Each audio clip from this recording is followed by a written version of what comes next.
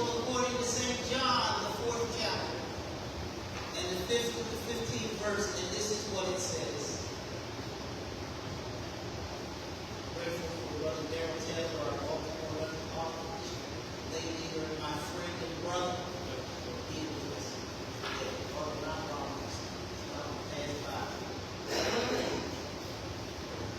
Eventually, he came to the Samaritan village of Sychar, near the field that Jacob gave to his son Joseph. Jacob's well was there. Jesus, tired from the long walk, sat wearily beside the well about noontime.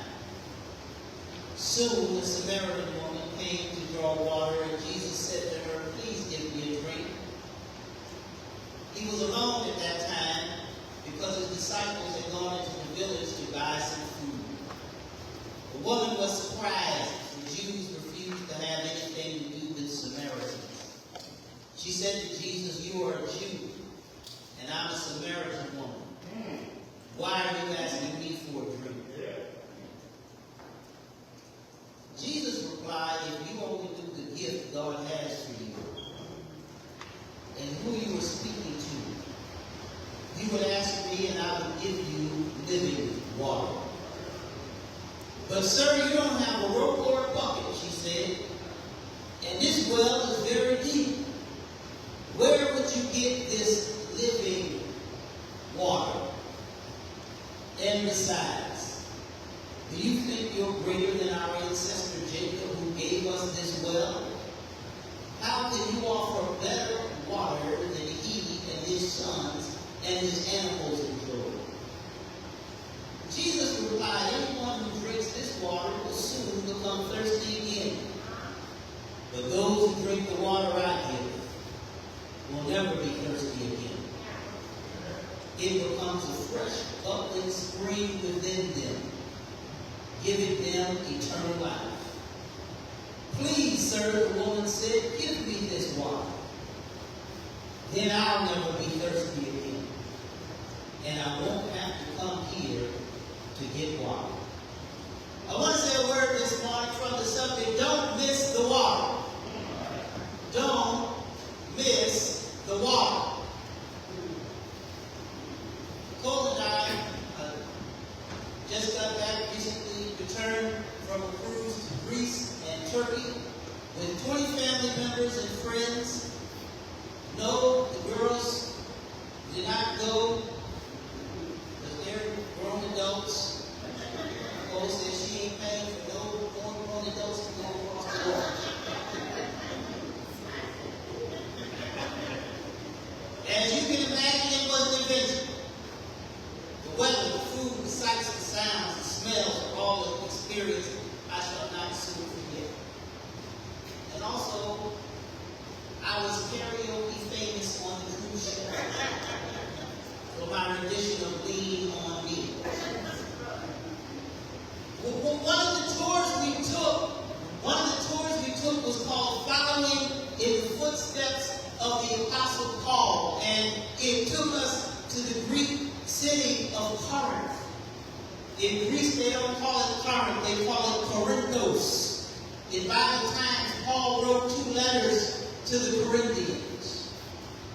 But it was something that our tour guide said as a passing statement on our way to Corinth that caught my attention and arrested my ears. It was just passing conversation, but it fed my soul and encouraged my spirit.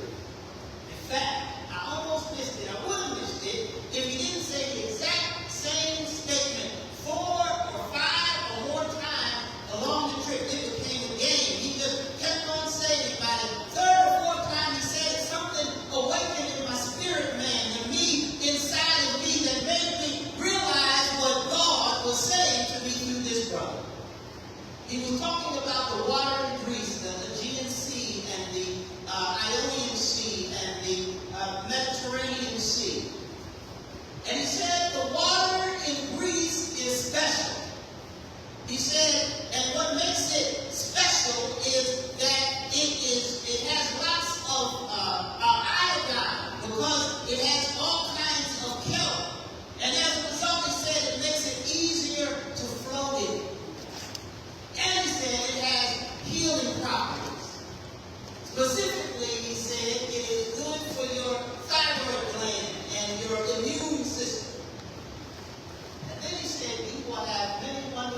experiences in Greece. He said you'll visit iconic sites. You'll taste delicious foods. He said you'll meet with passionate people, and the Bible comes alive in Greece. He made sure, he was very proud, he made sure that we learned about Greece's contributions to the world. But he said in the midst of all of that, the one thing I want you to make sure you do is to get in the water. He said, get in the water every chance you get. He said, do it as often as you can, for as long as you can, because the water is special. And then he said the phrase, whose significance eluded me at first, but I could not shake it. Once it got in my spirit, he said, whatever you do, don't miss the water. He said it over and over several times along the journey to Corinth. Don't miss the water. He said you're going to have a lot going on and different things you want to see, but don't miss the water. He would come back to it after telling us some aspect of Bible history or Paul's missionary journey. He would finish what he was talking about, and then he would say, but remember, don't miss the water. Whatever you do, don't miss the water. He said it so often that I really began to look forward to getting in the water.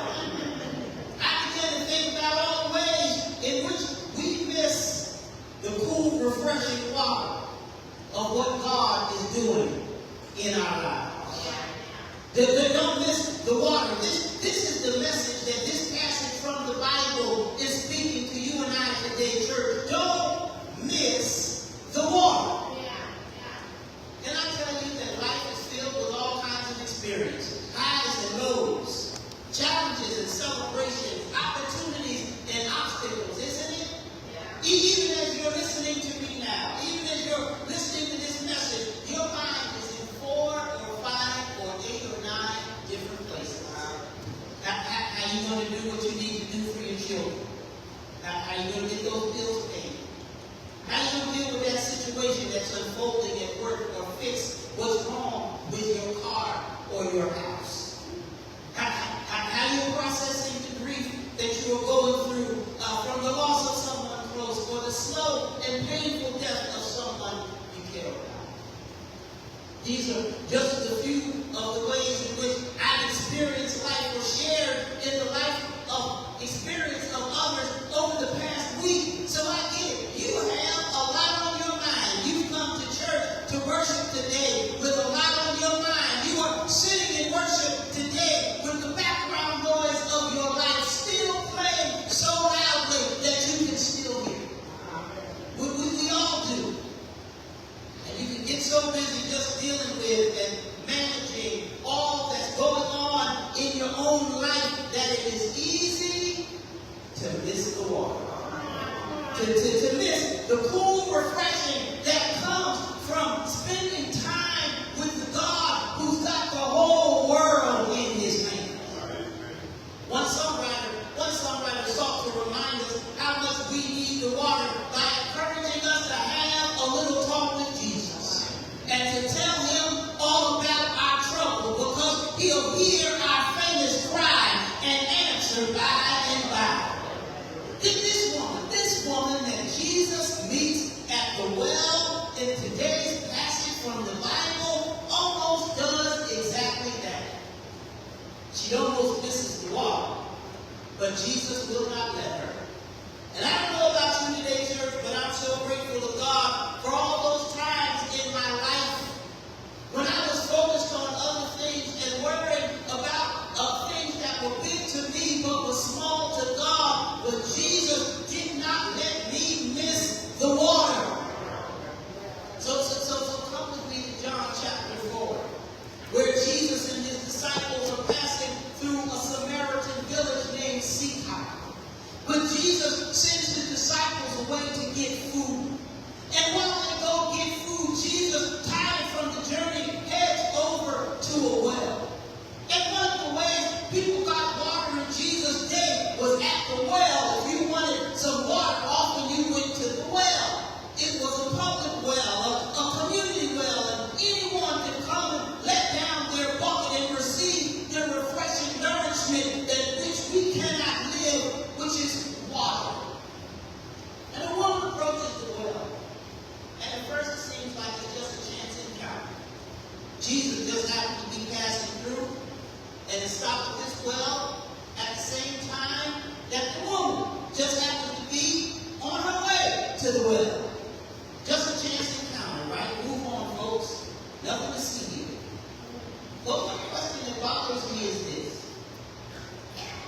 if it were just a chance encounter, why did Jesus let all of his disciples go away? How many disciples did Jesus have? 12, right? Couldn't Jesus just have sent 1 or 2? Or 3 or 4? Couldn't 6 guys have just as easily gone and brought back food for everybody? Why did Jesus allow all of his disciples to go away? May I tell you what I suspect? I suspect there was nothing chance about this encounter. I suspect Jesus wanted to be alone with that woman at the well so he could make sure that she did not miss the water. Had Jesus ever done that with you? Had Jesus ever removed all of the distractions in your life and separated you from some people and some situations so Jesus could have some alone time with you?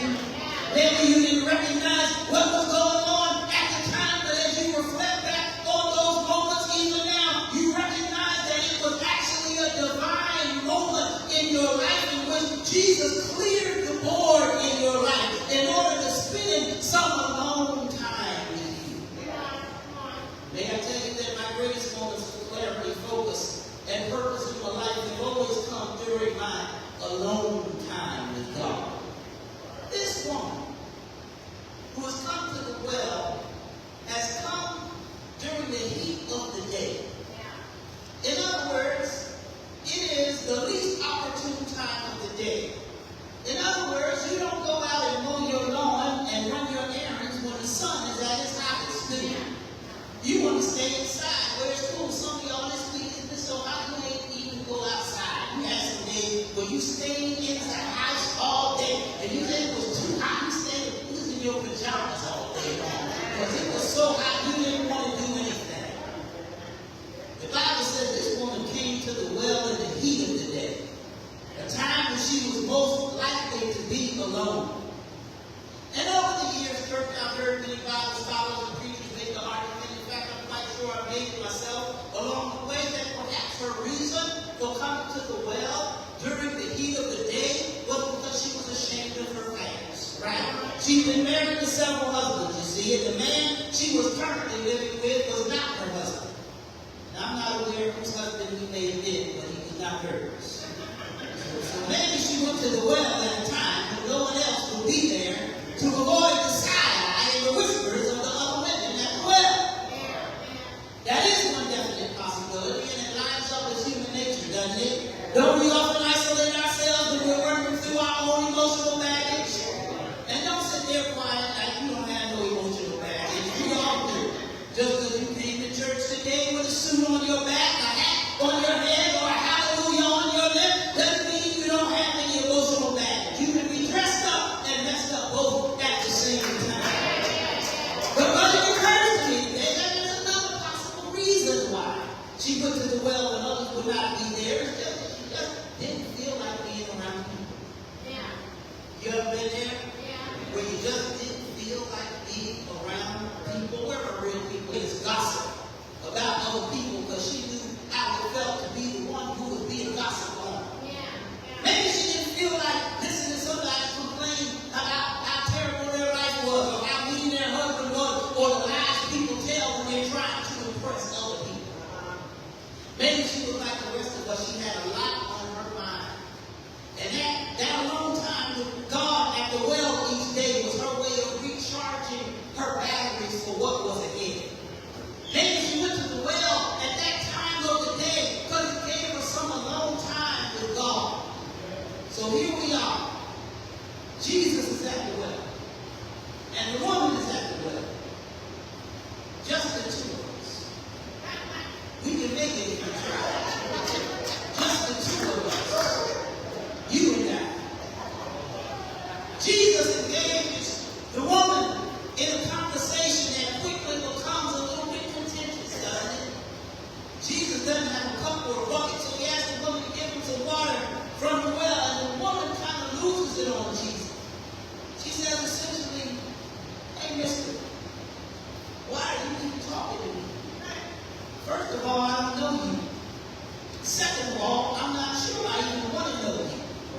Because you are a Jew and I am a Samaritan, right? She goes there. You've heard it all before. The Jews and Samaritans didn't like each other. Blah, blah, blah, right? They didn't Even though in truth they were distant cousins, they were the same people, cut from the same cloth, who had fallen out hundreds of years ago, and as people do, they just never really made up. But the original thing between them had been so far back and so long ago that nobody who was part of the original skirmish was even alive. It just became a thing passed down from generation to generation. You see those people over there, we don't like them. So Jesus asked the woman for some water from the well, and she falls into that bag. Maybe it was her defense mechanism. Just her way of not having to deal with people. Because after all, she had come to the well at a time when nobody else was supposed to be there. Jesus was kind of interrupting her vibe. But here's what I love about Jesus. One songwriter put it this way: he looks beyond our faults and sees our needs. He doesn't get offended by her words. He doesn't get bothered. He doesn't try to loud talk her or put her in her place, right? Because what Jesus is interested in is not winning the argument. Jesus is interested in the condition of her soul. May I just tell you today, church, that Jesus is interested in the condition of your soul.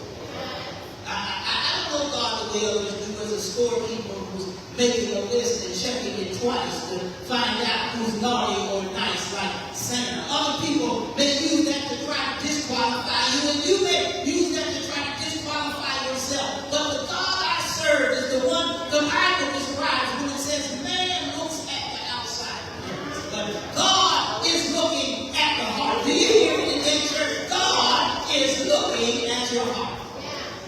We're not saved because we're good or nice or smart or cute. We're saved by the grace of God, which means we do not earn it. We cannot buy it. And despite our best effort and intentions, we are distinctly unqualified for it. Jesus is interested in your soul condition. May I ask you today, what is the condition of your soul? Your soul is comprised of your mind, your will, and your emotions. And when your soul is shaped, informed, inspired, and directed by your relationship with God, then everything else will fall into place.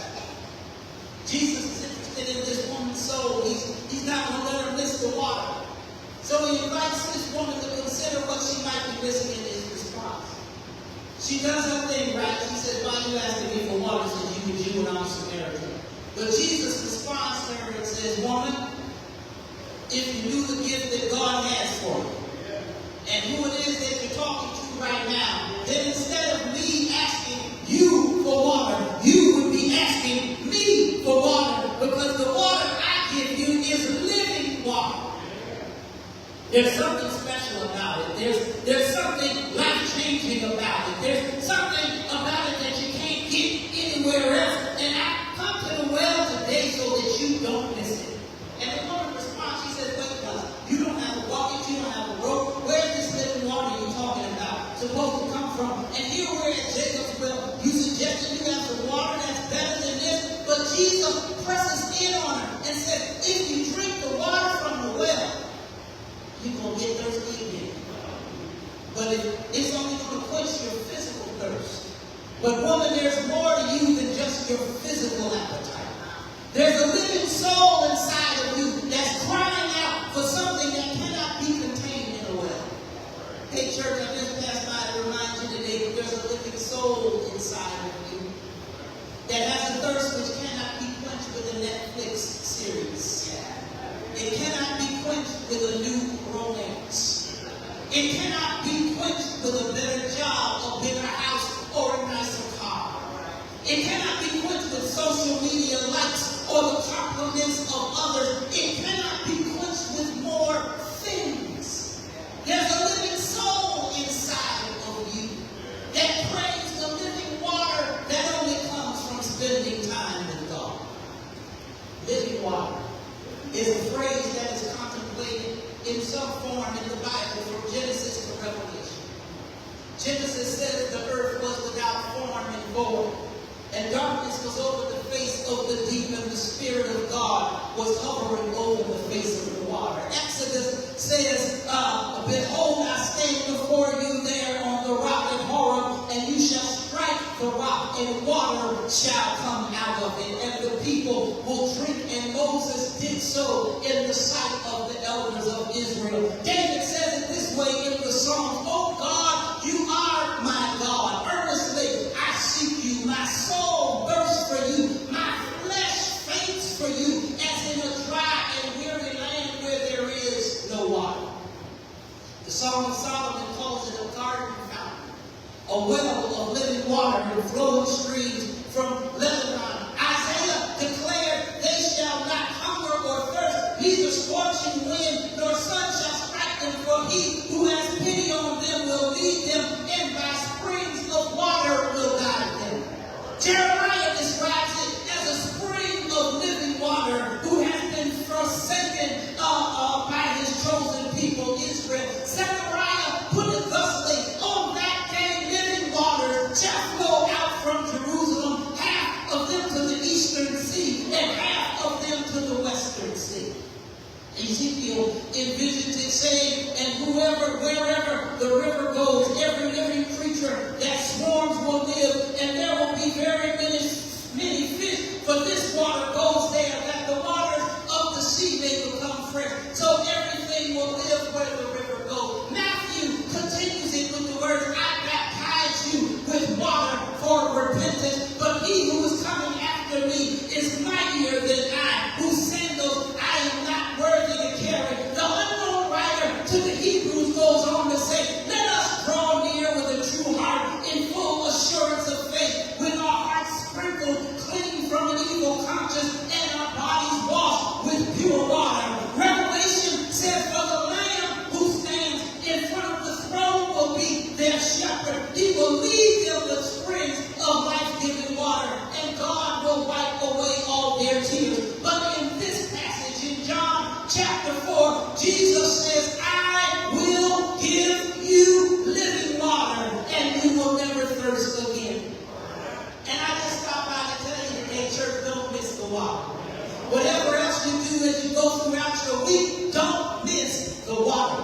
Because if you miss the water, you're going to miss the point. If you miss the water, you're going to miss your blessing. If you miss the water, you're going to miss what God is doing in your life in the midst of everything else that's going on in your life. And the woman at the well finally gets it. She says, "Sir, give me some of that water that you're talking about." She said, "Give me that life, this living water you're talking about." And watch this. She said, "If you give me that water, I won't have to come here for water anymore." Did you catch that? She was going to the well to get water that she didn't even really want to go to. And isn't that just how life is? We go places, we do things, we put up with people in situations that we really don't want to because we think that's all there is, when God is offering you a relationship with Him that will satisfy your entire soul. What Jesus was telling the woman at the well, and what the man in Greece was telling us, was don't get so preoccupied with everything else going on around you that you miss out on the wonderful gift that God has for you. Spending time with God is the one. I heard the songwriter say it this way: "I come to the garden alone, as the dew is still on the roses, and He walks with me and talks with me and tells me I am His own." I just came by church to let you know today, don't miss the water, because there's joy in the water. There is comfort in the water. There is peace in the water. There is strength in the water. So whatever you do, don't miss the water. And can I tell you something, church? While we were in Greece, we got into the water. And the water looked blue. But when we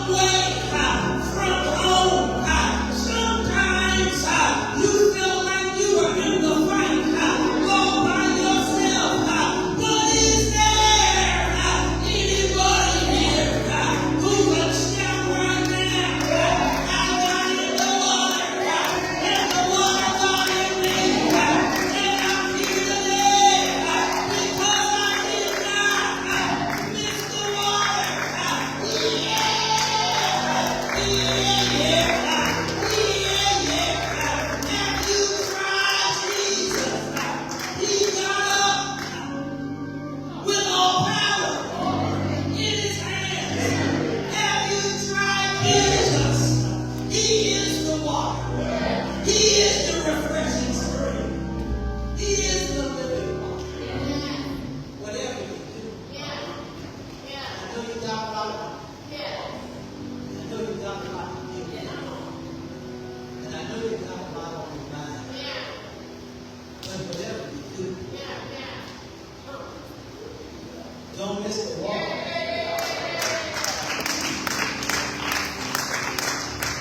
Water. Spending time with God, that's the only thing that's going to able to hold it all together. Keep it all together. In the midst of everything you've got going on. In your life. Won't you stand with me all over?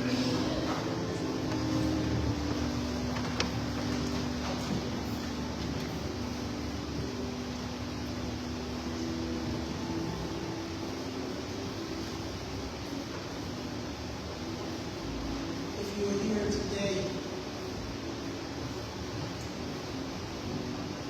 and you've been in a dry place,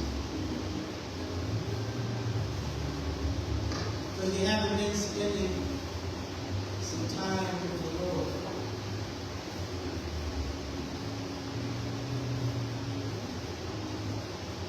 you'd be like, don't mess with me, Dr. Austin. On this long sea, peace to me. Hey! And